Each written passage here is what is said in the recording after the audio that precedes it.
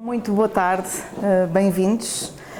O meu nome é Ana Duarte Melo, sou aqui do ICS e gostava de vos convidar a participar connosco nesta roda de conversa sobre as alterações climáticas na perspectiva exatamente das ciências sociais. Uma conversa que decorre, como já foi dito aqui, ao mesmo tempo que no Egito está a COP27. Pergunto-me quem conseguirá mais resultados no final da conversa, não é? Temos connosco o privilégio de ter 4 especialistas sobre esta temática.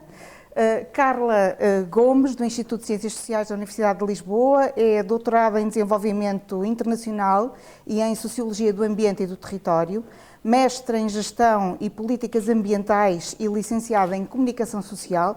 Começou mesmo pelo jornalismo de ambiente, tem trabalhado as questões da justiça ambiental e da resiliência climática das populações, nomeadamente nas zonas costeiras e no âmbito dos PALOP.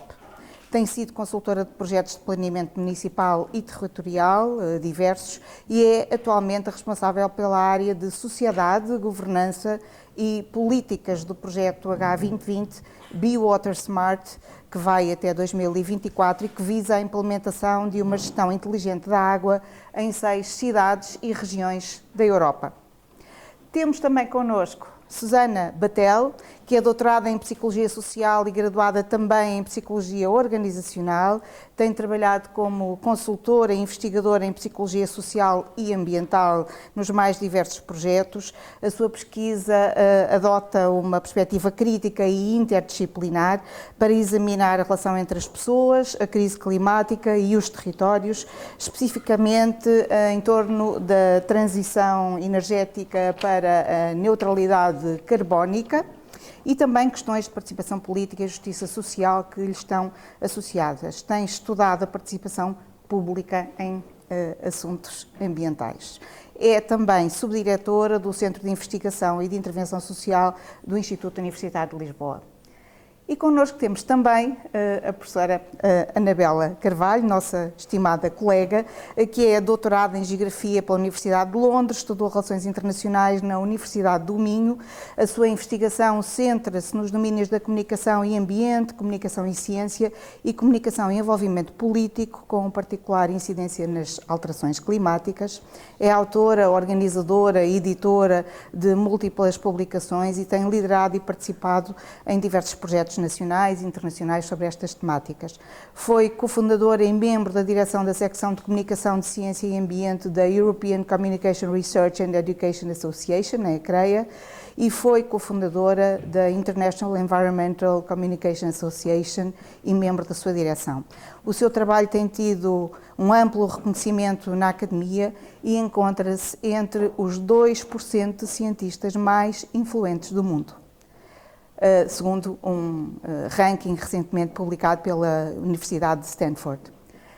Connosco, embora não presente, temos também o professor Viriato Soromanho Marques, que dispensará de algum modo apresentações. É professor catedrático do Centro de Filosofia da Universidade de Lisboa, é uma das vozes mais destacadas quando falamos destas questões do ambiente e das alterações climáticas nas últimas décadas.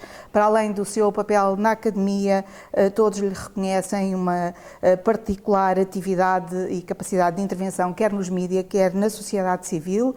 Ele é o fundador da Quercus, que todos conhecemos, a Associação Nacional de Conservação da Natureza, e é membro fundador da Associação Zero.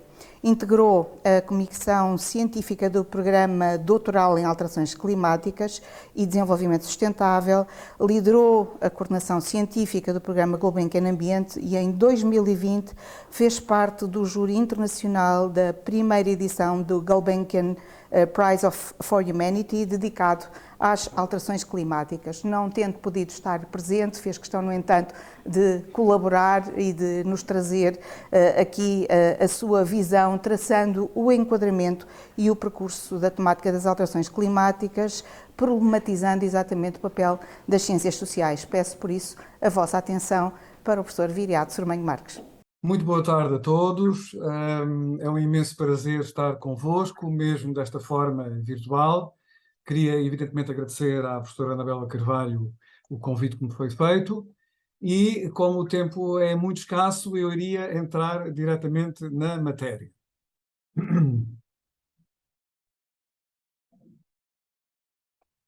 Ora, o que eu vou tentar partilhar convosco são algumas ideias que se prendem com o tema das alterações climáticas e ciências sociais, embora subordinado ao tema das alterações climáticas e antropoceno.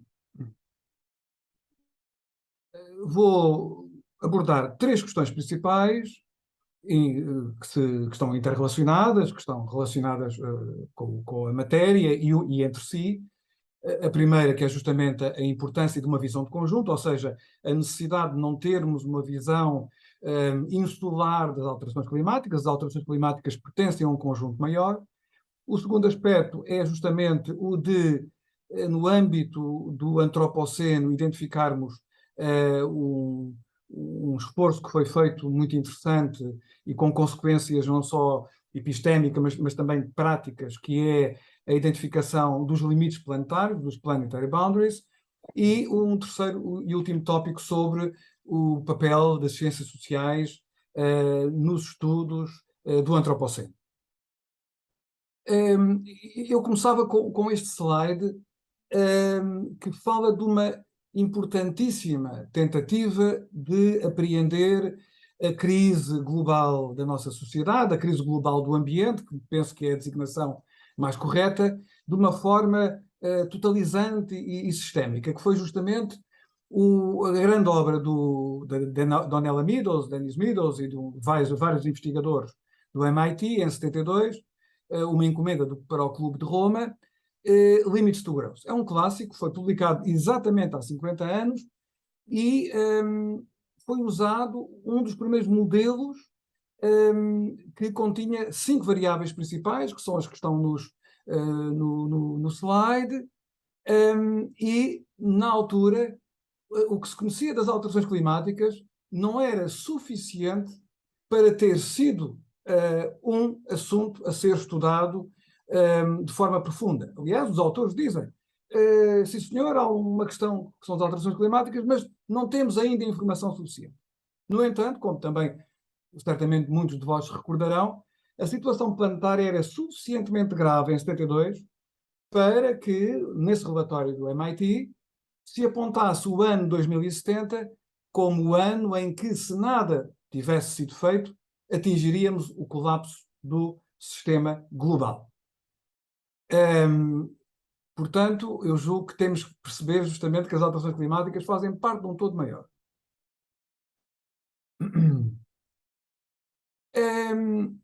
Aquilo que me parece talvez mais pertinente neste momento será falarmos do antropoceno, não é? É uma proposta de interpretação da crise global em que nos encontramos,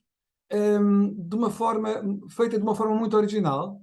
Ela surge no âmbito de uma nova coligação de ciências que se formou nos últimos 40 anos, que são as chamadas ciências do sistema Terra. Também há quem utiliza a expressão no singular, a Science of the Earth System, ou Earth System Science, e foi no âmbito de uma reunião no México, em fevereiro de 2000, que dois cientistas, sobretudo o Paul Crutzen, que faleceu há uns anos atrás, não muitos, que foi o Prémio Nobel da Química de 95, e Eugene Stormer, um biólogo, avançaram com esta proposta. A proposta é interessante porquê? Porque procura filiar esta crise, que no fundo é uma crise de habitação humana da Terra, uma crise da nossa incapacidade de vivermos no planeta dentro dos limites do planeta, vai filiar essa crise no interior da história da geologia, da história da Terra. Ou seja, é muito interessante porque é o ponto de encontro, e para nós, da área das humanidades, isto é muito importante, é uma tentativa de encontrar uma priorização para a história humana no quadro da história da Terra e em particular, do tempo geológico. E não vou ler o que está no slide, Crutzen e o seu colega propõem essencialmente que a partir da Revolução Industrial a atividade humana é de tal maneira poderosa que vai mudar a própria estrutura do planeta inaugurando uma nova época geológica. O Holoceno, portanto, o período geológico que começou com o fim da última glaciação, a de Worms, terminaria em 1750. Hoje em dia, isto é subejamente conhecido, penso que não preciso de adiantar muitos mais pormenores sobre isto. Primeira novidade, que me parece importante, as ciências sociais tiveram um papel importante na teoria do Antropoceno e, eu diria, no aprofundamento da teoria do Antropoceno. E eu coloquei aqui, porque, enfim, estes slides depois certamente poderão ser úteis para quem queira investigar mais. Um historiador da Universidade de Georgetown, um dos pioneiros da Environmental History, da história ambiental, J.R. McNeill, no mesmo ano em que foi cunhado o conceito de antropoceno, avançou com a ideia, justamente, de que tinha havido uma grande aceleração no século XX. E mais tarde, em 16, ele volta, de facto, a falar sobre o assunto. E o que é essa grande aceleração? A grande aceleração significa, essencialmente, que as mudanças principais ocorridas no planeta não foram a partir de 1750, foram a partir de 1950, a partir do final da Segunda Guerra Mundial. E são absolutamente brutais. Eu não vou comentar cada um destes slides, mas vejam, desde a população, ao PIB mundial, ao desenvolvimento estrangeiro, ao uso de fertilizantes, ao uso de água, à população urbana, ao consumo de papel, aos restaurantes de McDonald's, aos veículos motorizados, às concentrações de gases, de metano, de CO2, de ozono, de depleção do ozono, ou então a alteração dos ecossistemas oceânicos, das zonas costeiras, a perda da biodiversidade, tudo isso aconteceu nos últimos 72 anos. Nos últimos 72 anos. Aliás, eu proponho-vos aqui um exercício que é uma escala biográfica. Eu tenho 64 anos, nasci no final de dezembro, em dezembro de 57, ou seja, nasci pouco antes da primeira medição científica da concentração do CO2, que foi em 58, 316 partes por milhão. Ora, se nós verificarmos, entre 750 e 2022, nós tivemos uma passagem de 280 partes por milhão de volume de CO2 para 421,99, situando-nos nós em maio. Ou seja, tivemos uma subida de 142 partes por milhão de volume. Sendo que 106 dessas 142 ocorreram no período de uma vida incompleta, ou seja, em 64 anos. Isto dá-nos uma ideia da magnitude e da velocidade deste processo. Depois temos o problema do entrosamento também dos chamados efeitos de cascata, ou seja, o planeta não é homogéneo, não é monolítico, está dividido em sub-regiões e todas elas têm uma diferente sensibilidade aos impactos das alterações climáticas. Outra proposta, esta é uma proposta antiga que publiquei em 91, que é justamente uma visão da crise ambiental e climática, podemos considerar que faz parte da crise ambiental, e que procura ver o conjunto de características agregadas, que são unicamente encontráveis nesta crise ambiental e climática. São estas que aqui estão, e ao lado ilustro alguns dos aspectos. Segunda etapa, os estudos no Antropoceno evoluíram nestes 20 anos muito, e eu queria chamar a atenção para o contributo do projeto Planetary Boundaries. Essencialmente, temos aqui os dois principais textos, um de 2009, outro de 2015. Há trabalhos posteriores também interessantes, e fundamentalmente trata-se de encontrar uma outra visão agregada. Desta vez o sistema contém 8 campos, que aqui estão. As alterações climáticas são apenas um dos 8 campos. O outro é a taxa de perda da biodiversidade, o ciclo do azoto e do fósforo, a acidificação oceânica, a utilização global da água doce, etc. São cerca de 9 limites, que permitem construir uma espécie de painel de controle.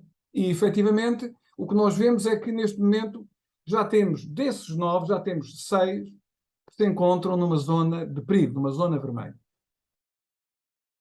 Entro nos últimos 2 ou 3 minutos e, mais uma vez, vêm as ciências sociais. Ou seja, quando nós pensamos o futuro do antropoceno, nós temos, evidentemente, de perceber as dinâmicas do passado recente.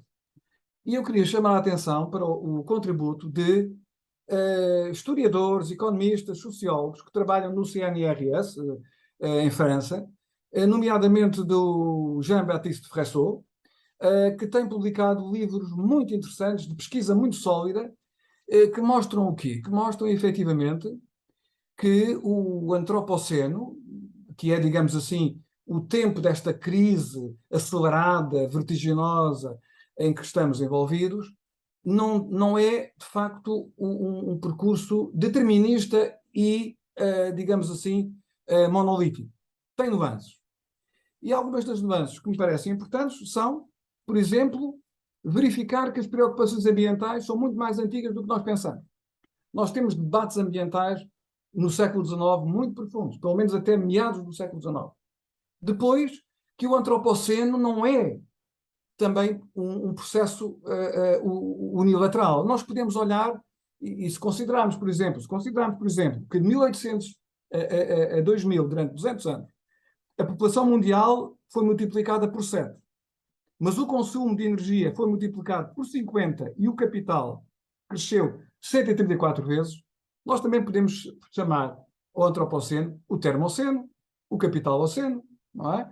Se considerarmos que em 1980 metade das emissões de gases de efeito de estufa foram resultado da Grã-Bretanha e dos Estados Unidos, também podemos falar no Angloceno, não é? Depois também, outra coisa que o Fressot e a sua equipa nos mostram é que as soluções técnicas resultam de lutas políticas. Isto é um aspecto extremamente importante. Ou seja, não há nada de melhor intrinsecamente no petróleo que sucedeu ao carvão como energia dominante. Foram opções políticas e sociais, nomeadamente uma das razões que levou os Estados Unidos a escolherem o petróleo em vez do carvão foi a compreensão do imenso papel que os sindicatos de trabalhadores do petróleo, do carvão, tiveram na Grã-Bretanha. Como sabemos, houve muitas greves gerais, o Churchill que o diga, a seguir à Primeira Guerra Mundial, que eram capazes de parar o país. Com o petróleo não há greves gerais de trabalhadores da energia. Portanto, no fundo, estamos a ver que há escolhas políticas. Finalmente, uma conclusão, isto realmente é uma viagem em grande velocidade, 3 conclusões principais. Estamos numa situação onde muitas linhas vermelhas irreversíveis já foram ultrapassadas.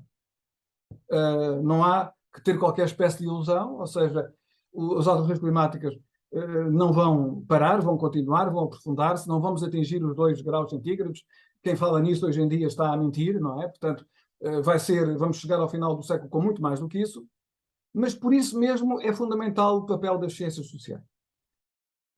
Segunda tese, as ciências sociais devem vencer a armadilha das 2 culturas, ou seja, devem perder a timidez, devem participar diretamente com projetos das ciências da natureza, físicos, químicos, climatologistas, biólogos, temos que trabalhar em conjunto com eles, porque o que há a fazer é minimizar os impactos negativos. Temos de criar sociedades adaptadas ao que aí vem, adaptadas a tentar suportar o mais possível e evitando a entropia social e institucional. E, finalmente, o que está em causa não é uma questão técnica, mas o modelo global de habitação da Terra. E penso que quem melhor do que os sociólogos, os juristas, os economistas, os filósofos, os psicólogos, para reconstruir o modelo de habitação da Terra. Muito obrigado pela vossa atenção e desejo que a conferência corra o melhor possível. Muito obrigada, professor Viriato Sormanho Marques, historiadores, antropólogos, arqueólogos, sociólogos, geógrafos, especialistas em planeamento e proteção civil, cientistas da comunicação e, de algum modo, todos nós também filósofos. A bola está agora do nosso lado. E o que é que fazemos? Qual é o papel e o contributo das ciências sociais na discussão das alterações climáticas, tendo em conta que, como ouvimos aqui, as opções não são técnicas, mas sim políticas? Coloco esta questão às nossas convidadas, pedindo aqui uma ronda de respostas o mais simples possível, começando aqui então pela Carla. Então, o que é que as ciências sociais podem trazer para a discussão das alterações climáticas? Bom, boa tarde a todos, obrigada pelo convite. Tenho, enfim, apesar de ter esta incumbência de ser a primeira a dar o pontapé de saída para a discussão entre nós, de facto a apresentação do professor Viriato ajuda imenso a contextualizar a situação em que nos encontramos socialmente, politicamente, ambientalmente. Portanto, eu diria que as alterações, as ciências sociais estão na linha da frente, definitivamente neste momento, porque é muito claro, e mais uma vez com esta nova COP27 que decorre no Egito desde ontem, fica muito claro que neste momento os obstáculos que nós temos são essencialmente sociais e políticos. E, portanto, em termos de cenários climáticos, o esforço tem sido feito de projeção dos impactos das alterações a nível de aumento de frequência e intensidade de eventos extremos, perdas humanas e materiais, etc., são muito claros, a ciência é muito clara. E onde nós temos aqui, de facto, uma lacuna é na nossa capacidade política de dar resposta, sobretudo na redução drástica da utilização dos combustíveis fósseis, a redução das emissões de gases com efeito de estufa. Está muito claro que até este processo da COP está claramente numa fase de disrupção. Nós temos que reinventar os sistemas de decisão sobre as alterações climáticas, e os cientistas sociais têm de facto esta grande responsabilidade não só de compreender os fenómenos sociais que estão a causar entropia social, institucional, política, como de dar apoio a um processo que temos vindo a chamar de transformação social, que já foi um conceito que já foi incorporado no discurso político e científico, e no Emission Gap Report, que saiu há cerca de uma semana antes da COP, que faz, portanto, o levantamento da diferença, a lacuna que existe entre a redução de emissões que temos de fazer e aquela que conseguimos até ao momento e que se prevê que consigamos nas próximas décadas, faz uma série de recomendações sobre como podemos transformar os sistemas sociais a nível da mobilidade, sistemas de transportes, produção de alimentos, mas inclusivamente, por exemplo, o sistema financeiro. Embora, na minha opinião, as recomendações sejam bastante modestas a esse nível, mas de facto é todo este processo que nós temos que dar apoio. Temos a principal responsabilidade neste momento, diria. Muito bem, muito obrigada. Susana? Boa tarde a todas e a todos e parabéns ao ICS. Assim, portanto, eu obviamente faço minhas também as palavras dos meus colegas. Acho que as ciências sociais têm um papel importantíssimo, precisamente porque são as ciências sociais que nos permitem compreender e intervir para a mudança e transformação social, no sentido de efetivamente, não é, criarmos sociedades mais sustentáveis e justas e inclusivas também. E eu penso que o aspecto que gostaria de salientar é precisamente este, portanto, muito aqui no seguimento daquilo que o professor Viriato Marques salientou, desta questão de, claro que as soluções, não é, para as alterações climáticas têm que ver com processos políticos e não simplesmente técnicos. Há um conjunto de historiadores, mas também cientistas políticos, sociólogos, etc., que têm vindo a demonstrar precisamente como os processos, até aqui especificamente de transição energética, não é, têm sido feitos ao longo dos séculos, não para melhorar os processos energéticos, não é, do ponto de vista tecnológico e decidir escolher aqueles que são mais eficientes, mas têm vindo a ser selecionados determinados tipos de carvão, combustíveis fósseis, precisamente para privilegiar, não é, determinadas elites e manter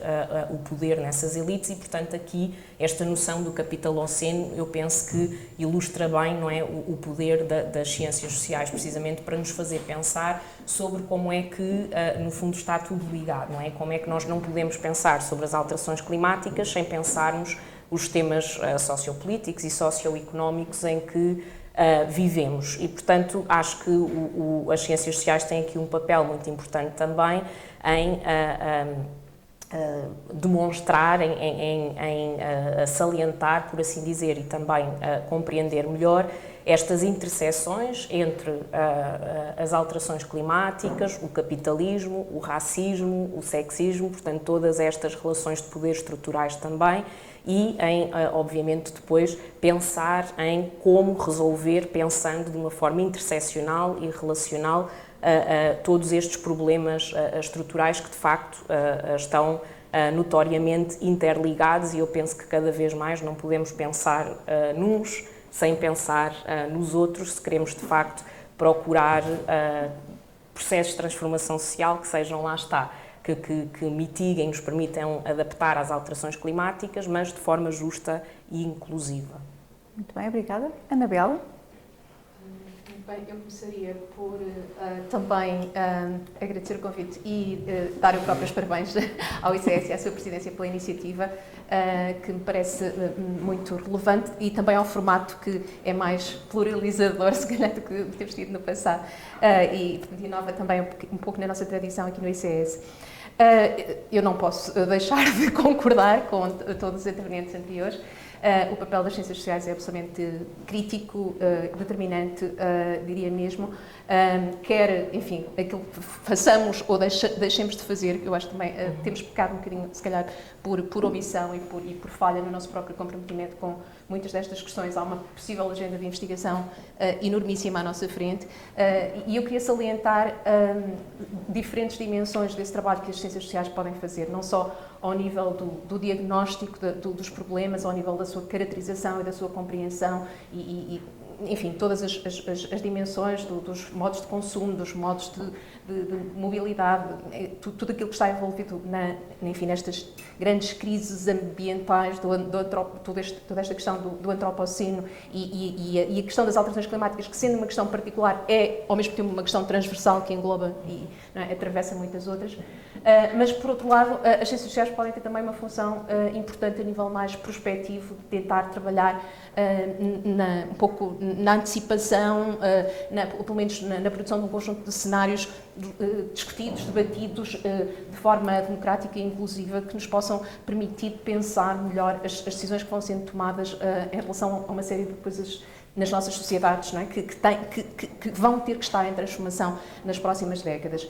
Isto também implica uma dimensão para as ciências sociais mais interventiva, mais comprometida e se calhar uma certa desinibição em relação a questões normativas que estão necessariamente aqui implicadas em tudo isto, não é? Nós, por vezes, afastamos um bocadinho dessas questões, mas há aqui questões de poder, há aqui questões de valores, há aqui questões de distribuição social, de custos e benefícios, de justiça, enfim, muitos desses aspectos já foram sendo referidos.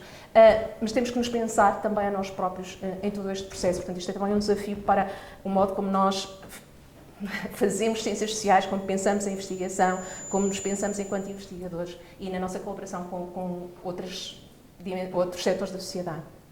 Muito bem, obrigada, Anabela. Eu agora partiria, se calhar, para questões mais particulares, que têm a ver com a experiência de cada uma de vós em termos de investigação, e perguntava então à Carla se as ciências sociais estão presentes no planeamento municipal e territorial, em particular no que diz respeito às alterações climáticas.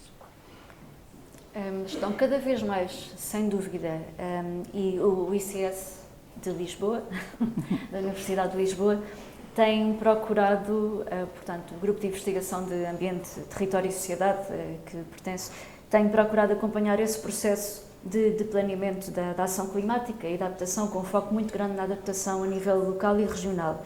E acho que é importante referir que os poderes locais e as autarquias até avançaram de uma forma mais determinada para a adaptação, até do que o nível nacional. Não sei se a interferência é aqui do meu lado, mas há aqui alguma interferência no som. Portanto, até do que os governos nacionais e algumas das estratégias nacionais até são posteriores às locais. A adaptação é, sem dúvida, embora as alterações climáticas sejam um problema global, a adaptação depois tem de ser toda planeada consoante as condições ambientais e socioeconómicas de cada local.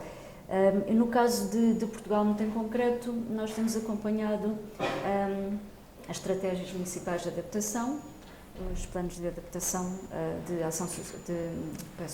ação climática, que agora é o conceito para fazer convergir as duas vertentes, e também os planos regionais que surgiram na sequência de programas de financiamento europeu que foram criados para esse efeito, os programas intermunicipais regionais de adaptação. E, de facto, tem havido cada vez mais a preocupação da parte dos municípios com quem nós trabalhamos muito diretamente de chamar os cientistas sociais a estudar a realidade socioeconómica e a suportar também os processos de decisão. Sim, de decisão, mas de participação pública e de envolvimento dos atores-chave. Cada vez mais se procura que a participação seja feita de uma forma mais efetiva e nós apoiamos também esse processo com a organização dos workshops, etc., para que os atores locais sejam chamados a fazer propostas concretas. Não só dar a sua visão, mas que tenham a oportunidade de participar nas medidas que depois são implementadas. E depois também a sua monitorização, que é um processo que está muito no início, mas também acompanhamos. Muito bem, obrigada, Carla. Perguntava agora à Susana também qual é que é o papel das ciências sociais e da psicologia social, que lhe diz mais diretamente respeito, no desenho e na implementação das políticas públicas relacionadas com esta questão das alterações climáticas. Sim, portanto, as ciências sociais e depois aqui, lá está, não é? Acho que cada vez mais, e é bom, não é? Adotamos perspectivas também interdisciplinares e, portanto, acho que certamente o que as três fazemos a partir de disciplinas diferentes depois também se cruza. Mas pronto, pensando aqui mais especificamente sobre a psicologia social, também psicologia ambiental e comunitária, acho que têm tido um papel de facto muito importante no desenho e implementação de políticas públicas nestas áreas, por exemplo, aqui pensando até especificamente nas alterações climáticas e na transição energética para a neutralidade carbónica, precisamente porque são disciplinas cuja principal preocupação é a de identificar os processos e fatores psicossociais e impactos também, e também socioculturais e sociohistóricos que, por um lado, influenciam a adoção de práticas e comportamentos mais pró-ambientais, não é, ou sustentáveis, mas também identificar e contestar injustiças ambientais, por exemplo, e também tentar democratizar, lá está, os processos de tomada de decisão e as políticas públicas a diferentes níveis, não é, nacional e local, portanto, tentando criar processos de participação pública. E, por isso, uma das áreas em que claramente a investigação e intervenção tem sido feita é precisamente na análise de políticas públicas e do seu desenho e, por exemplo, como muitas vezes são feitas com base em representações até das comunidades locais e dos cidadãos e cidadãs, que levam a mais práticas de envolvimento dos públicos ou de não envolvimento, não é, dos cidadãos e comunidades locais pelos decisores políticos e pelas autoridades, não é? E, portanto, isso depois, obviamente, que na implementação dessas políticas públicas também vai ter um conjunto de impactos negativos, precisamente pela forma como os cidadãos e comunidades locais muitas vezes são representados, e nomeadamente como não tendo, não é, conhecimento suficiente e nada a dizer sobre essas políticas. E, portanto, a psicologia social e comunitária tem aqui também tentado muito, por um lado, contribuir para desenhar políticas públicas mais democráticas e inclusivas, nesse sentido, mas também, por outro lado, empoderar e criar capital social para as comunidades, para também elas próprias poderem tentar engajar-se mais com este tipo de processos de tomada de decisão e também na área da adaptação às alterações climáticas, criar resiliência e empoderamento das comunidades para lidarem com as alterações climáticas. No fundo, estamos aqui a falar de um empoderamento político, digamos, das populações de cada território. Muito bem. Anabela, a comunicação, quer vista como ciência, quer vista como os média em geral, tem um papel, um contributo importante nesta questão. Nós, de Ciências da Comunicação, queremos acreditar que sim, não é? A comunicação, como, enfim, nós muito dizemos e queremos que os outros também compreendam, subjaz a tudo aquilo, não é, que nós somos e fazemos em sociedade, enquanto seres humanos. É onde são os processos através dos quais se constroem os sentidos do mundo, não é? Portanto, é em função disso que nós pensamos, agimos, decidimos coisas. Portanto, não pode deixar de ser absolutamente fundamental. O António Guterres dizia, agora na abertura da COP de Sharm el-Sheikh, que nós estamos com o pé no acelerador numa autoestrada para o inferno, não é? Uma metáfora bastante crua, mas é intrigante nós pensarmos isto numa ótica de comunicação. Eu, com muitos dos alunos que estão aqui presentes numa disciplina de Comunicação, Ciência e Ambiente, tenho andado a tentar refletir sobre esta pergunta. Como é que nós conciliamos, por um lado, a consciência de que estamos a caminhar de alguma maneira para um abismo, não é? Com a continuidade das práticas, das estruturas, dos sistemas que nos levam para esse abismo, não é? Portanto, isto tem que ser pensado numa forma de comunicação, não é? Como e onde é que se constroem os sentidos, e podemos pensar em terrenos múltiplos, não é? Desde a informação jornalística aos discursos políticos, à publicidade, a todo um conjunto diverso de domínios comunicacionais, em que, de alguma maneira, nós, enfim, vamos construindo sentidos que nos permitem viver nesta coisa paradoxal que acabo de referir. Os média, eu diria que talvez seja injusto falar de uma forma demasiado homogeneizadora de todos os média, porque eu acho que há muitas diversidades nesse domínio, não é? Se pensarmos no jornalismo, tanto temos muito bom jornalismo que, para além do papel de consciencialização, do papel de alerta, também nos últimos tempos, enfim, muito dele tem vindo a tentar trazer outras vozes, tentar trazer outras perspectivas para o debate e, portanto, também a democratizar todo este processo de reflexão e, portanto, também de caminho para decisões, como temos muito jornalismo que, de alguma maneira, reforça um certo estado das coisas e uma certa distribuição de poder até por quem ouve sistematicamente, e depois temos as outras dimensões dos médias, não é? A publicidade e outras formas de construção simbólica do mundo que continua a tornar-nos sobretudo consumidores, não é? E se não temos determinadas coisas, se calhar não somos tão bons como deveríamos ser. Enfim. Muito bem. Muito rapidamente. Uma outra questão relacionada ainda com a comunicação que gostava de colocar é a seguinte. Vimos aqui que há uma irreversibilidade das alterações climáticas, portanto já não é uma questão se está a haver, se não vai haver, percebemos que estamos aqui nesta tal autoestrada para o abismo, não é, por um lado, e por outro lado um certo cepticismo instalado, penso eu, que em todos nós, face à ineficácia ou à inexistência sequer de ação política. Isto não pode levar a uma sensação de impotência e de desalento, enfim, da população, dos cidadãos, face a todo um processo de desistência. Ok, se eu não consigo fazer nada, para quê dar um passo? E a questão que gostava de colocar é que desafios é que o ativismo da sociedade civil enfrenta face a este cenário e, no caso de Portugal, se existe este ativismo, qual é o seu impacto? Faço esta pergunta porque a Anabela lidera um grupo de investigação sobre ativismo climático jovem que recentemente publicou alguns resultados. Queres partilhar alguns desses? Sim, eu queria começar por dizer que, de facto, em grande parte, isto é um problema de percepção de agência, não é? Como é que nós, enquanto indivíduos, podemos contribuir para esta questão tão tão grande, não é? Que nos avassala de alguma maneira. E, portanto, a percepção daquilo que os outros fazem ou não fazem é também aqui determinante. E ao nível, enfim, de muitos setores da sociedade, há, por um lado, de facto, esse sentimento de impotência que referias. Por outro lado, temos visto processos de mobilização e de engajamento muito interessantes, não é? Estamos constantemente a assistir a isso nos últimos anos ao nível das camadas mais jovens e dos grupos de greve climática estudantil e outros, o que é um excelente sinal.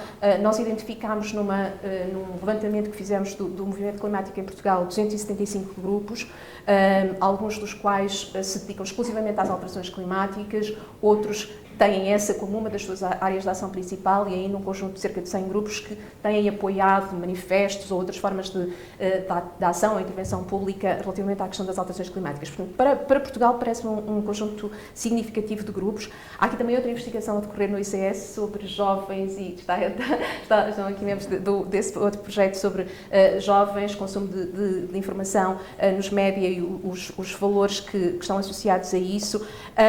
Enfim, nós já desde o início dos anos 2000 tínhamos alguns projetos aqui também com a professora Rosa Cabecinhas, não sei se está presente, enfim, e outros membros, para tentar perceber esta questão, enfim, dos discursos, das representações sociais sobre alterações climáticas. Em relação ao ativismo, eu acho que o grande desafio é a continuidade, é manter, não é, o sentido de mobilização, de determinação em relação a tudo isto, porque a questão não vai desaparecer nos próximos anos, nas próximas décadas, não é? Portanto, vai ser preciso, de facto,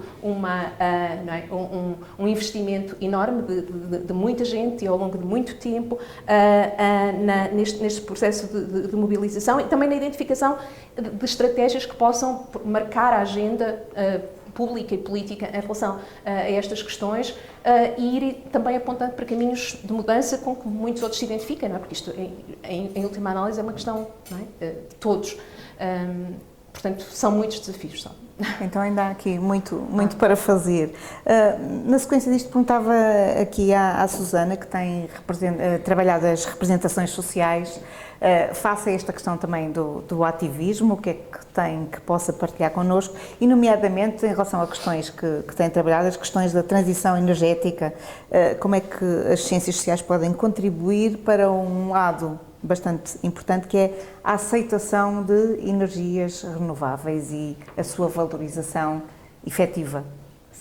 Sim, já agora também comentando sobre aquilo que a Anabela disse, também há pouco com uma colega do ISCTE fizemos um estudo sobre os discursos dos mídia, especificamente sobre uma área que a psicologia tem estudado também, que é os impactos das alterações climáticas e da sua mediatização na ecoansiedade, tanto na saúde mental das pessoas e especificamente dos jovens, e os resultados que tivemos é que precisamente a ecoansiedade ou alguns tipos de impactos para a saúde mental podem ser paralisantes, mas há outros, de facto, que têm mais que ver com a percepção de injustiça e a raiva, que são muito mobilizadores, e detectámos que os discursos estão associados precisamente com esta percepção de que a responsabilidade é dos governos, não é? E, portanto, é para os governos que a ação tem que ser dirigida, e desta percepção de autoeficácia coletiva, não é? E, portanto, que é através da ação coletiva que temos que fazer alguma coisa, não é? A ação coletiva continuada e até para endereçar estes impactos sobre a saúde mental. Quanto à aceitação de energias mais sustentáveis, eu acho que, pronto, também aqui, não é? É sempre importante termos esta visão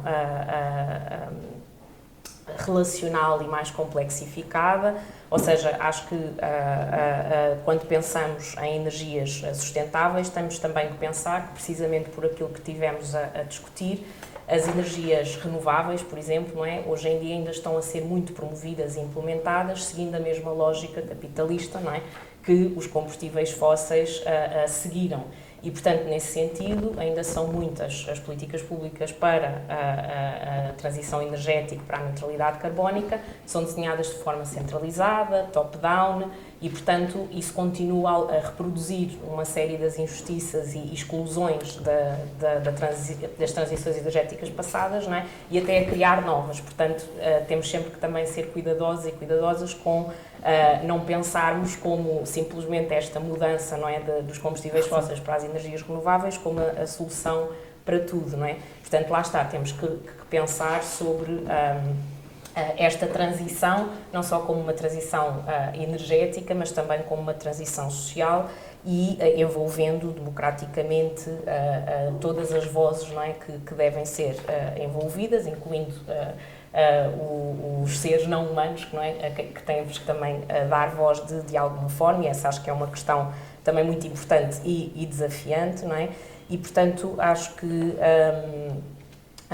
sim, acho que aqui até o pensar como promover sociedades mais sustentáveis também deste ponto de vista das energias renováveis tem necessariamente que envolver também esta democratização e pensar também em modelos alternativos, como a Anabela estava a dizer, como de pós-crescimento e de crescimento. Portanto, acho que não podemos pensar em energias renováveis como necessariamente sustentáveis se não pensarmos nelas como motor para repensar todo o sistema. Muito bem, obrigada. Carla, a água é provavelmente um dos elementos que nos permite tangibilizar melhor a questão das alterações climáticas, pensando aqui em duas dimensões, a água, enfim, como recurso hídrico finito, ou que é importante gerir de forma moderada, mas também a questão da subida do nível dos oceanos, não é? De alguma maneira, são formas muito concretas de percebermos as alterações climáticas. Perguntava-lhe, tem investigado sobre estas questões da gestão na água e sobre o impacto das alterações climáticas nas zonas costeiras. As ciências sociais e a forma como enfrentamos estes desafios estão ligadas, isto é, as ciências sociais têm contribuído, estão presentes ou não? Bom, sim, pelo menos aquelas em que tenho trabalhado. Sim, claro, passo a brincadeira. Quero dizer, tenho trabalhado em projetos ligados a essas áreas e, como dizia há pouco, cada vez mais as ciências sociais estão a trabalhar em colaboração com as ciências naturais, com as ciências climáticas. Isso é um esforço, não é de facto uma ligação que está, eu diria que numa fase ainda emergente. Ainda há um caminho longo a percorrer para de facto se conseguir integrar aquilo a que podemos chamar as ciências ambientais, naturais e sociais. Ainda há alguma dificuldade por vezes temos que lembrar até às instituições financiadoras que as ciências do ambiente também são ciências sociais, ou que as ciências sociais também são ciências do ambiente. Em termos de zonas costeiras e de água, posso dar exemplos muito concretos para demonstrar como é que estes fenómenos da subida do nível médio do mar, primeiro, depois já vai a questão da água, da gestão da água, como é que eles são, porque é que são fenómenos eminentemente sociais. No caso das zonas costeiras, nós desenvolvemos um projeto há alguns anos, há cerca de 10 anos, o ICS, o projeto Change, sobre adaptação nas zonas costeiras. Já nesta altura, em 2010, tínhamos este foco muito grande na área da adaptação. E estivemos em 3 zonas de estudo no país, na Costa de Aveiro, Costa da Caparica e no Algarve, na zona de Quarteira, que demonstram de formas diferentes, em contextos sociais diferentes, como é que de facto o recuo da linha de costa está a ter impacto ao nível social e económico e qual é que é, sobretudo, a percepção dessas populações ou das pessoas que ocupam esses territórios, mesmo que não de uma forma permanente, sobre o risco das próximas décadas, sobre os cenários que se esperam. Nós trabalhamos inclusivamente com os nossos colegas da Faculdade de Ciências, que desenvolveram cenários para 2025, 50 e 100, e então trabalhávamos em torno desses cenários e percebíamos como é que é a reação e quais é que são as expectativas daquelas populações à subida do mar e à erosão costeira, porque estamos aqui perante 2 fenómenos. Não só a subida do mar, naturalmente, à escala que está a acontecer, é potenciada pelas alterações climáticas, pelo efeito estufa, como também em Portugal, elas não são o principal fator, temos uma conjunção de fatores que estão a provocar o recuo da costa e que estão a aumentar o processo de erosão costeira, que obviamente recuando a costa e subindo o mar, aceleramos toda a perda de território a que estamos a assistir. A construção de barragens é, em Portugal, o fator que tem mais peso. Portanto, há vários fatores que contribuem para este problema. Portanto, é, obviamente, uma decisão humana, a construção de barragens, que retém os sedimentos que chegariam à costa, e está mais comprovado que, no nosso caso, é o fenómeno que tem mais impacto. E o que é que isto causa? Cada vez mais temos nos planos de ordenamento da orla costeira, os programas da orla costeira agora, cada vez mais se prevêem demolições de cada vez maior número de edifícios e vamos ter que tomar algumas decisões difíceis, vamos ter que fazer alguns sacrifícios, porque não podemos simplesmente defender a linha de costa com base em construções de betão, em infraestruturas pesadas ou enchimentos sucessivos de uma areia que também está em escassez. Enfim, a partir do momento em que interrompemos o ciclo, já temos de tomar sempre cada vez decisões mais difíceis.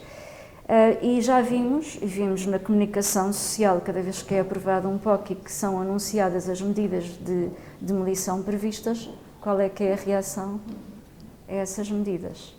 Temos vindo a adiar sucessivamente, mas obviamente que a tensão está a aumentar a esse nível e há já múltiplos processos em tribunal por causa do planeamento das demolições. Porquê? Porque a tendência, e nós observamos isso neste projeto sobre as zonas costeiras, é responsabilizar essencialmente o Estado. E o que nós também tentamos apoiar é um processo de corresponsabilização, em que todas as partes envolvidas têm que ser mais flexíveis, de certa forma. Na área da água, portanto, nós estamos a desenvolver um projeto europeu, concretamente sobre a adaptação na área da água, que atua em várias frentes. Portanto, em cada caso de estudo, vamos desenvolver soluções que podem ser digitais, de apoio à decisão, criação de plataformas onde identificamos as várias fontes de água disponível e se tomam decisões com base nas condições ambientais, na seca e numa série de fatores. Por outro lado, algumas soluções práticas que estão a emergir na Europa, estão a emergir, noutras áreas do globo já estão mais desenvolvidas, como é a reutilização das águas tratadas, das estações de tratamento, que é um processo que está em fase inicial em Portugal. Já existem diretivas europeias e legislação nacional nesse sentido e vamos implementar esta solução em larga escala na agricultura e também em utilização urbana. Portanto, e a seca deste ano demonstrou claramente que vamos ter que acelerar a transição nesta área. São 2 exemplos. Como é que nós apoiamos? A minha pergunta é, temos razão para ter esperança, enfim, que algumas implementações sejam eficazes e que no próximo verão, eventualmente, tenhamos já boas notícias em alguns exemplos concretos, nomeadamente ao nível da agricultura, de alguma transição na forma como se produz aqui em Portugal? Nós estamos a entrar tarde neste processo, isso é mais claro. No Médio Oriente já fazem reutilização há muito tempo, porque nós, enfim, socialmente respondemos à escassez quando estamos já numa situação muito limite. E depois todos estes processos tecnológicos, económicos, etc., políticos, demoram muito tempo a amadurecer, a desenvolverem-se. Mas esperemos que na área da agricultura vai haver algum debate, algumas preocupações em termos de qualidade da água e obviamente que foram estabelecidos níveis de qualidade de acordo com as culturas que são regadas, etc., para se garantir também as questões da qualidade dos alimentos e de saúde pública, mas esperamos que, sobretudo nessa área, haja grandes desenvolvimentos. Não só em termos da gestão mais eficiente do recurso, como da sua reutilização, ou seja, da implementação da economia circular da água.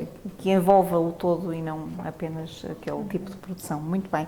Recentrando aqui um pouco na nossa temática, ficámos aqui com uma noção de alguns exemplos concretos.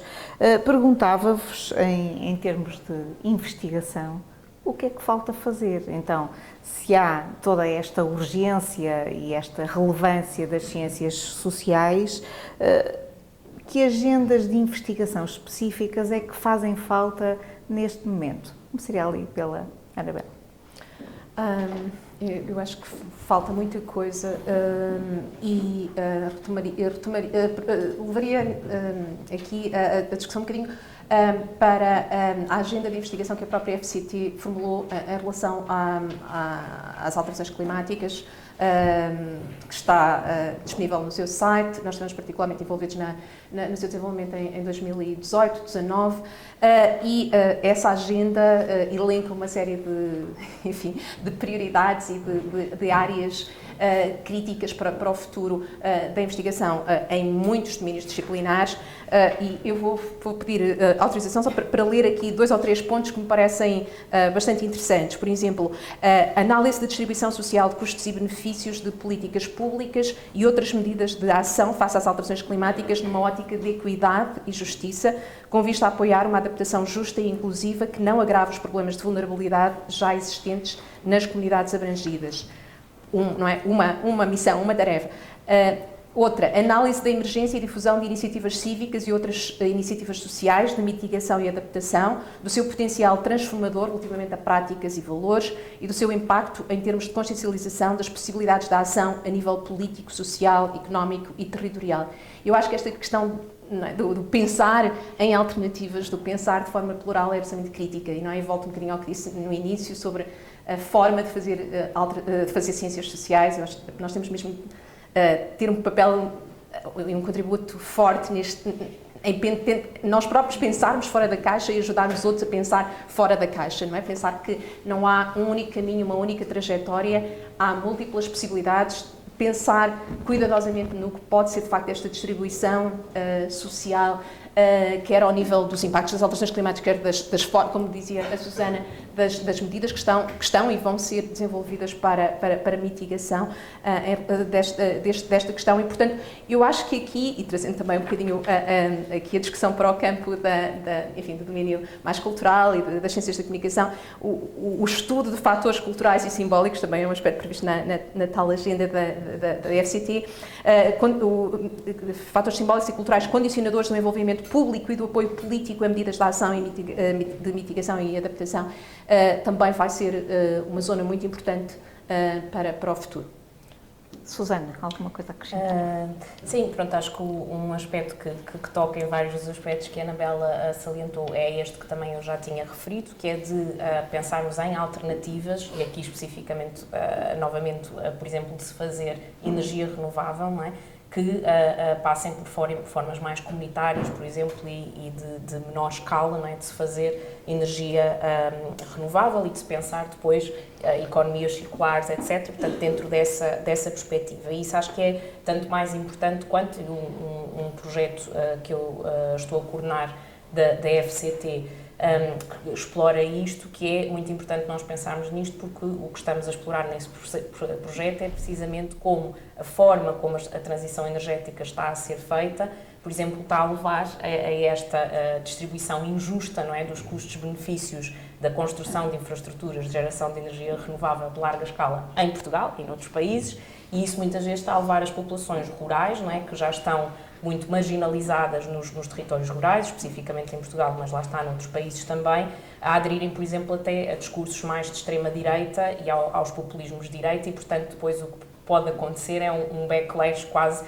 em relação a toda a conversa sobre medidas de adaptação e mitigação em relação às alterações climáticas. E, portanto, essa claramente acho que é um perigo, e pronto, agora tivemos as eleições também no Brasil, acho que é um perigo que temos que ter em atenção e que por isso acho que merece atenção também como área de investigação.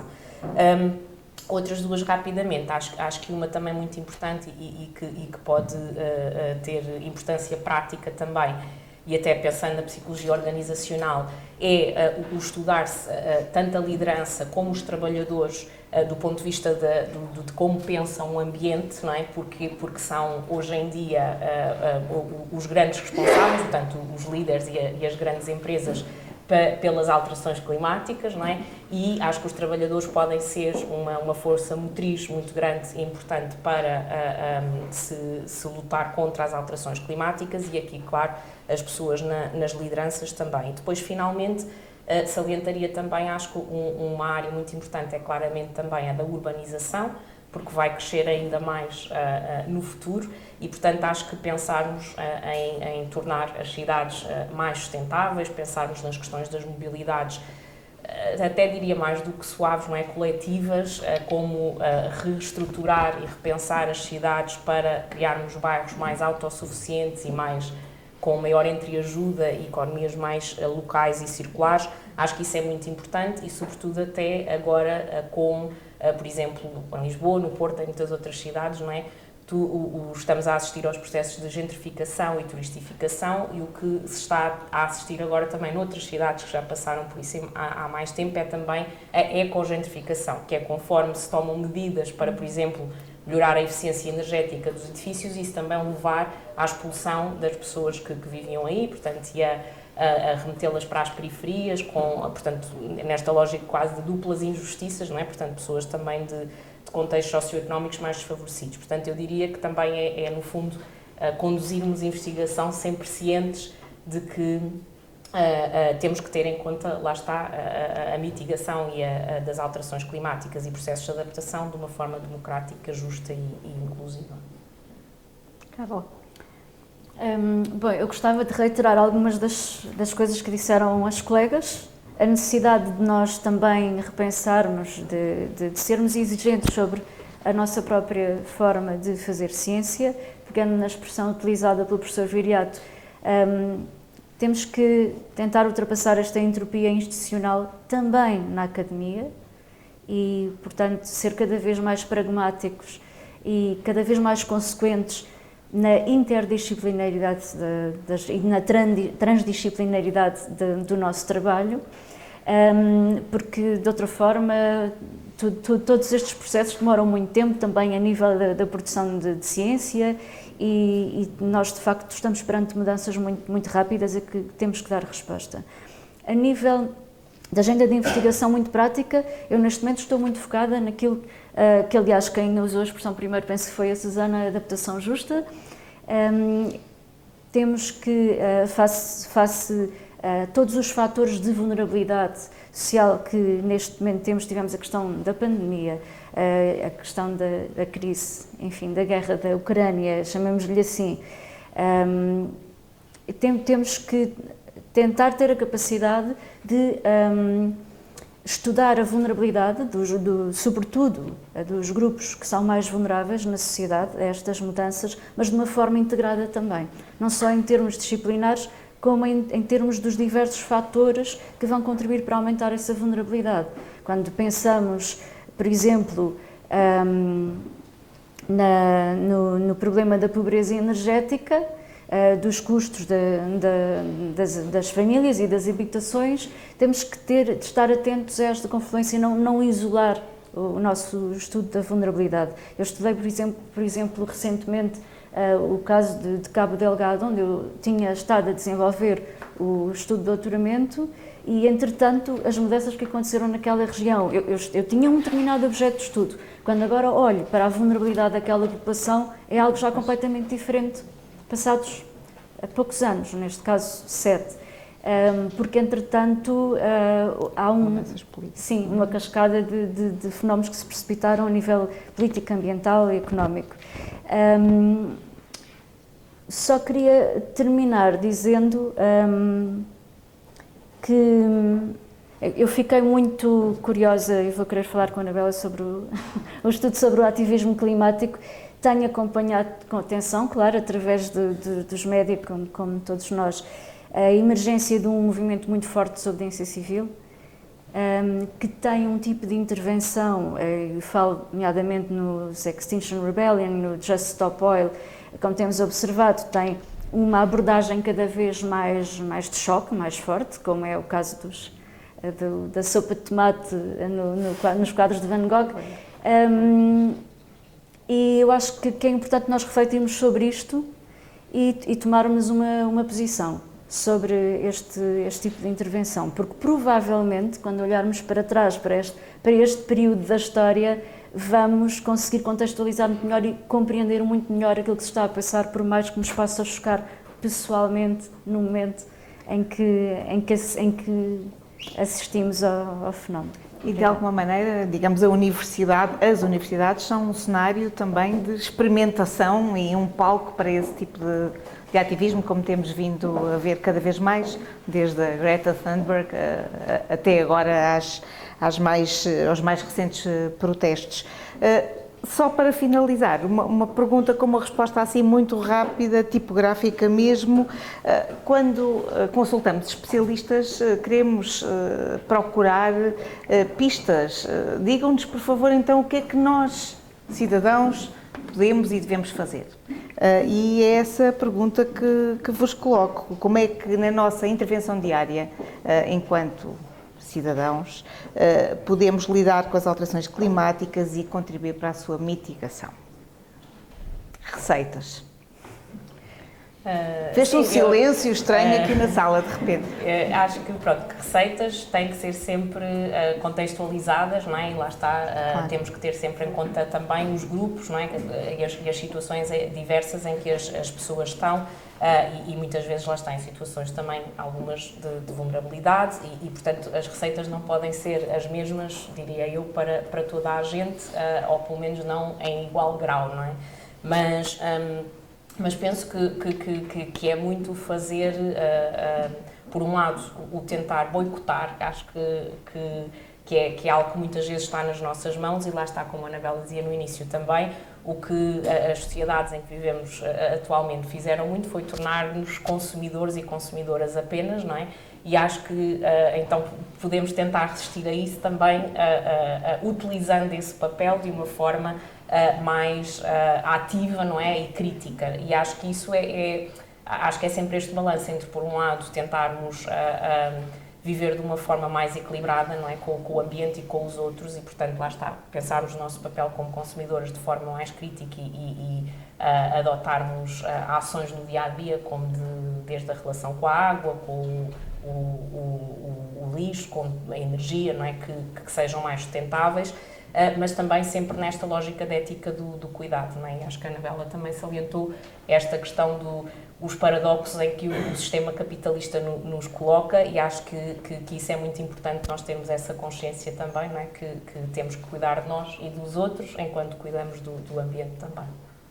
Mais alguma sugestão que queiram trazer aqui, para conselho assim para nós consumidores cidadãos, nessa entidade dupla que todos temos? Carla?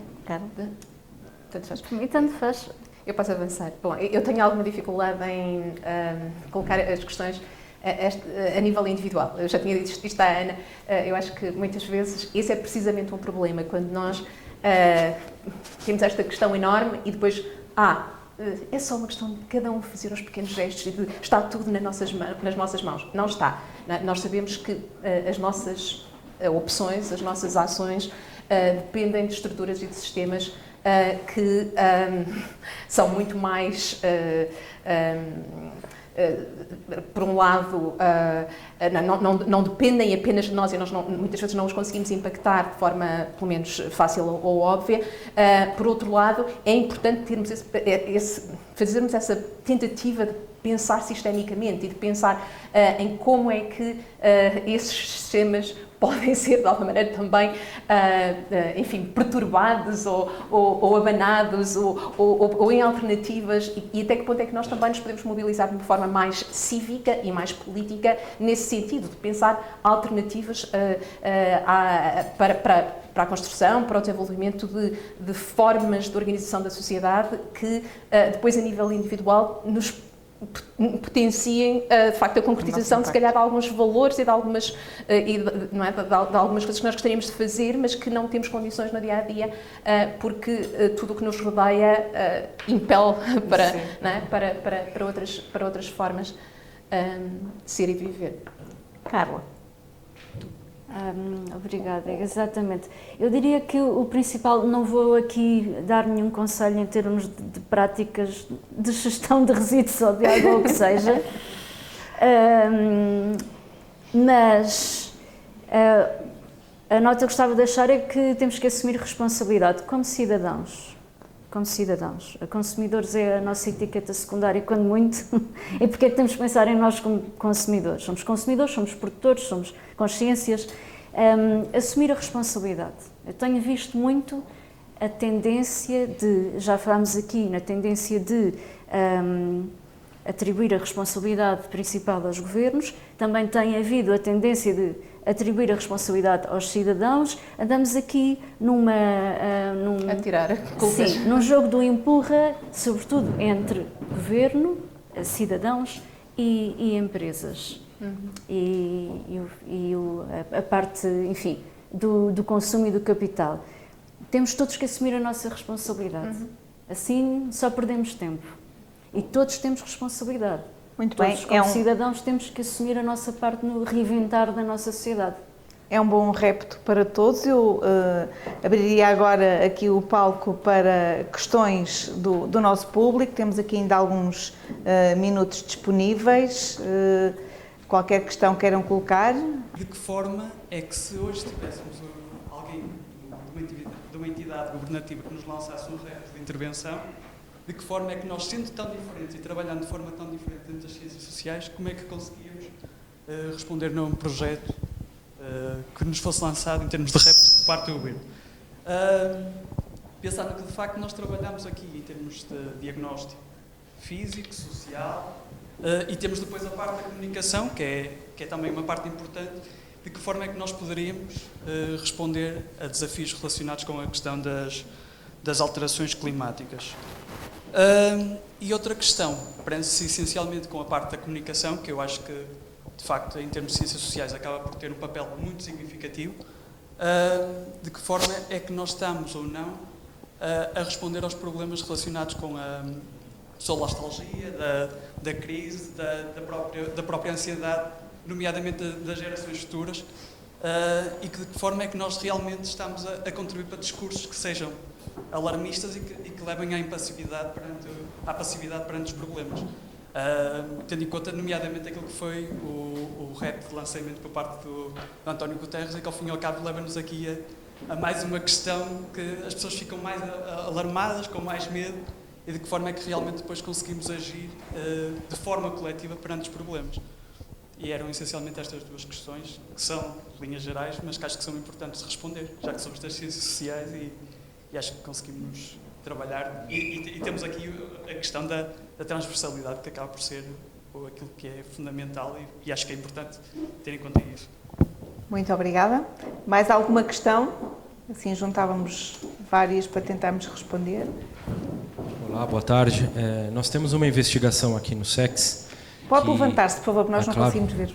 Nós temos uma investigação aqui no SEX com resultados preliminares que dizem que jovens de 18 a 25 anos, em Portugal, em Moçambique e no Brasil, sobre os atributos morais que mais identificados sobre a narrativa desses jovens se dá a preocupação, o dano ambiental e a justiça. Mas não é uma justiça climática, é uma justiça sobre os responsáveis pela nossa crise ambiental.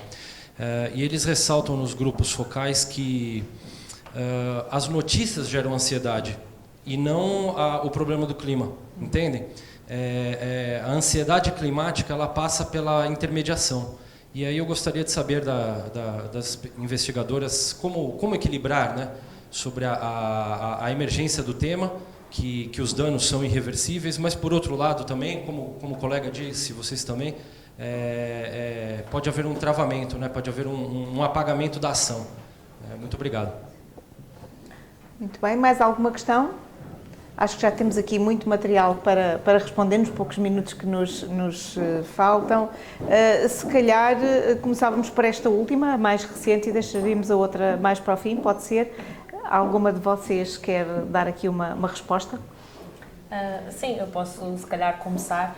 Pronto, acho que é uma questão muito importante e, por exemplo, nesta investigação que fizemos e que é muito exploratória, mas o que detectámos precisamente e o que outra investigação também já detectou é precisamente o papel, lá está, da forma como os mídias falam também sobre as alterações climáticas e sobre os impactos que podem ter na vida das pessoas, nas gerações futuras, etc., na saúde mental ou na forma como as pessoas que leem, não é, sentem isso. E, portanto, como eu estava a dizer, o que os estudos têm mostrado é que há algumas formas de organizar o discurso e os conteúdos que são passados que provocam mais apatia e, portanto, é com ansiedade, estar relacionada mais com inação, e outras que eventualmente estarão mais associadas com acentuar esta motivação para a ação, não é? E a ação coletiva especificamente.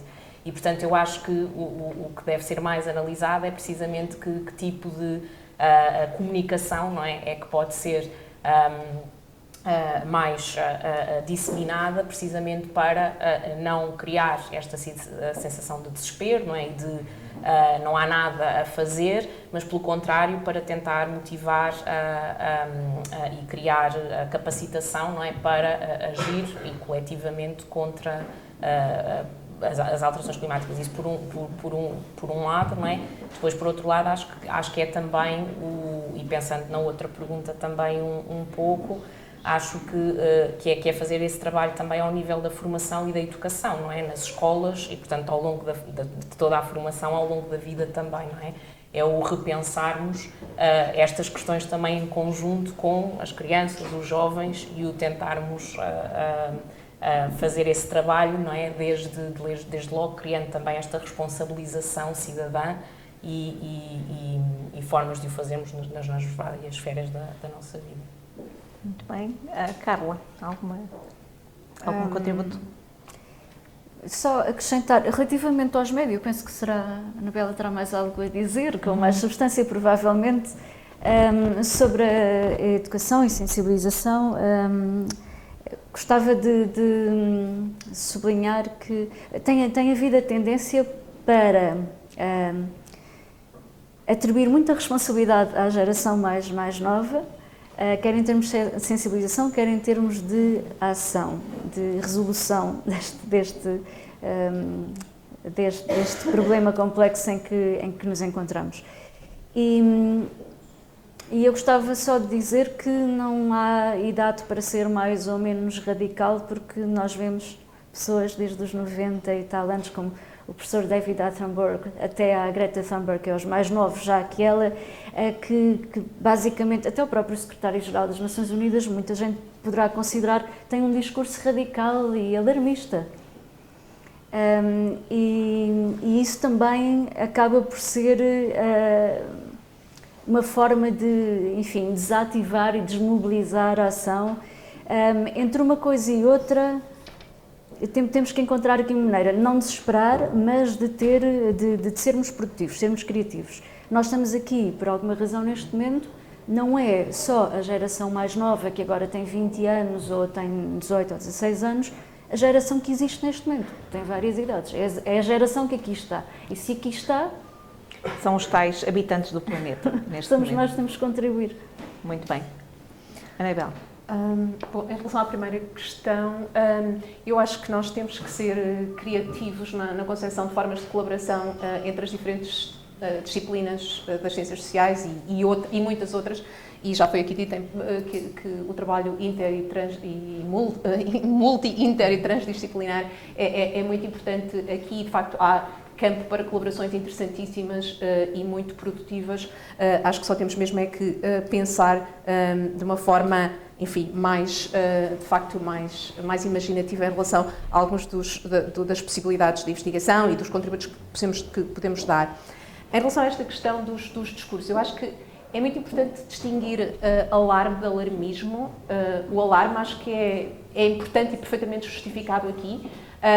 E eu não diria que muitas dos nomes, incluindo aqui o António Guterres que referi, que seja alarmista. Eu acho que ele tem um discurso dele no sentido de alarmar as pessoas para a questão, que é importante que seja acompanhado enfim, de alguma forma, não é necessariamente ele a dar toda essa informação, mas que seja acompanhado de informação, de discussão sobre medidas possíveis de intervenção e participação de todos nós nesse processo, porque o medo, quando não é? É uma parede, é bloqueador, não é? E paralisa-nos. Quando temos medo, mas temos vários caminhos à nossa frente por onde podemos fugir ou por onde podemos escapar desse medo, não é? O medo pode ser ativador e pode ser engajador, e o envolvimento aqui, do ponto de vista emocional, para além do cognitivo, é muito importante também.